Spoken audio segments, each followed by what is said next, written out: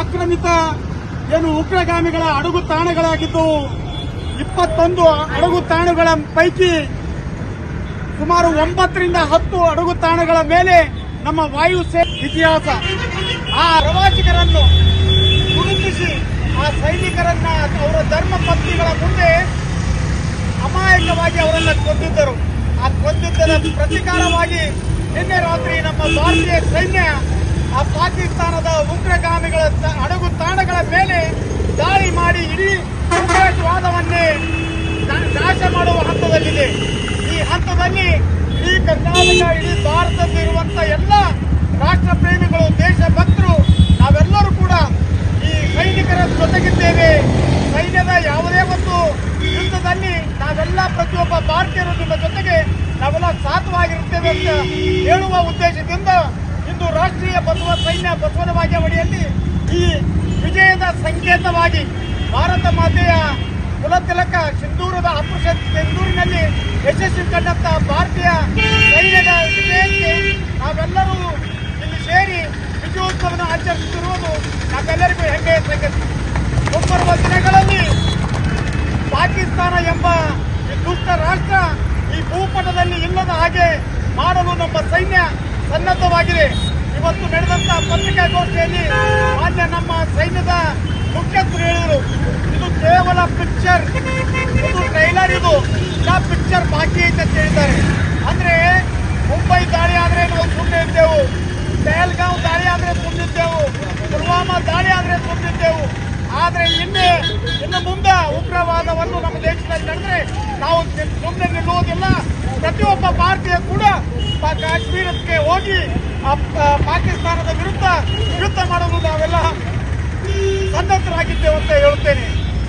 ನಾವೆಲ್ಲ ಇಡೀ ಭಾರತೀಯರು ಚಿರನಿದ್ರೆಯಲ್ಲಿದ್ದಾಗ ಪಾಕಿಸ್ತಾನದ ಉಗ್ರಗಾಮಿಗಳ ಅಡಗು ತಾಣಗಳ ಮೇಲೆ ನಮ್ಮ ಭಾರತೀಯ ವಾಯುಸೇನೆಯ ಮೇಲೆ ಸೇನೆಯು ಕ್ಷಿಪಣಿ ದಾಳಿ ಮಾಡುವುದರ ಮುಖಾಂತರ ಆಪರೇಷನ್ ಸಿಂಧೂರವನ್ನು ಮಧ್ಯರಾತ್ರಿ 1 ಗಂಟೆ 5 ನಿಮಿಷದಿಂದ ಪ್ರಾರಂಭ ಮಾಡಿ 20 ನಿಮಿಷಗಳಲ್ಲಿ ಸುಮಾರು 9 ಉಗ್ರಗಾಮಿಗಳ ತಾಣವನ್ನು ಅಟ್ಟಡಿಸಿದ್ದು ಬಹಳ ಹೆಮ್ಮೆಯ ಸಂಗತಿ.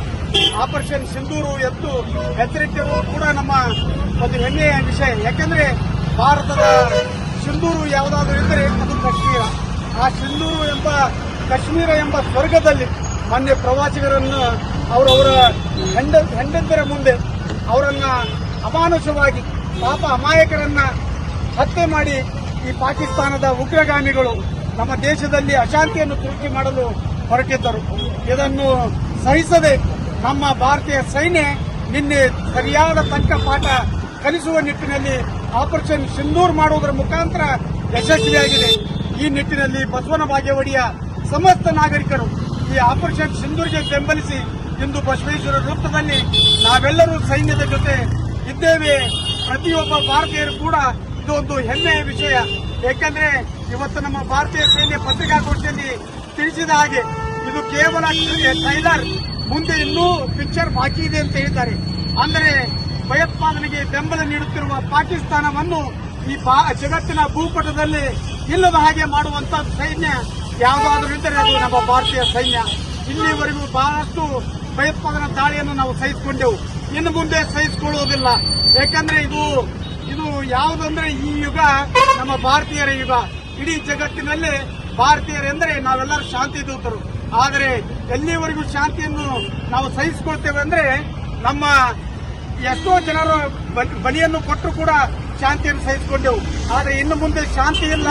ಆ ಶಾಂತಿಗೆ ಪ್ರತೀಕಾರವಾಗಿ ಹಿಂಸೆಗೆ ಹಿಂಸೆ, ರಕ್ತಕ್ಕೆ ರಕ್ತ, ಗೋಲಿಗೆ ಗೋಲಿ, ಬಂದೂಕಿಗೆ ಬಂದೂಕು ಎಂಬ ಉತ್ತರದಿಂದ ನಿನ್ನೆ ಕೊಡಲು ನಾವು ಪ್ರಾರಂಭಿಸಿದ್ದೇವೆ. ಮುಂಬರುವ ದಿನಗಳಲ್ಲಿ ಪಾಕಿಸ್ತಾನದ ಮೇಲೆ ನಮ್ಮ ಭಾರತೀಯ ಸೈನ್ಯ ಯಾವುದಾದ್ರೂ ಯುದ್ಧ ಮಾಡಲಿ, ಅದಕ್ಕೆ ನಾವೆಲ್ಲರೂ ಕೂಡ ಅವರ ಜೊತೆ ಭಾರತೀಯ ಸೈನ್ಯ ಜೊತೆ ಇದ್ದೇವೆ ಅಂತ ಈ ಮೂಲಕ ಹೇಳ್ತೇನೆ. ಶಂಕರಗೌಡ ಅಭಿರಾಮ, ಸಂಸ್ಥಾಪಕ ಅಧ್ಯಕ್ಷರು, ರಾಷ್ಟ್ರೀಯ ಬಸವ ಸೈನ್ಯ.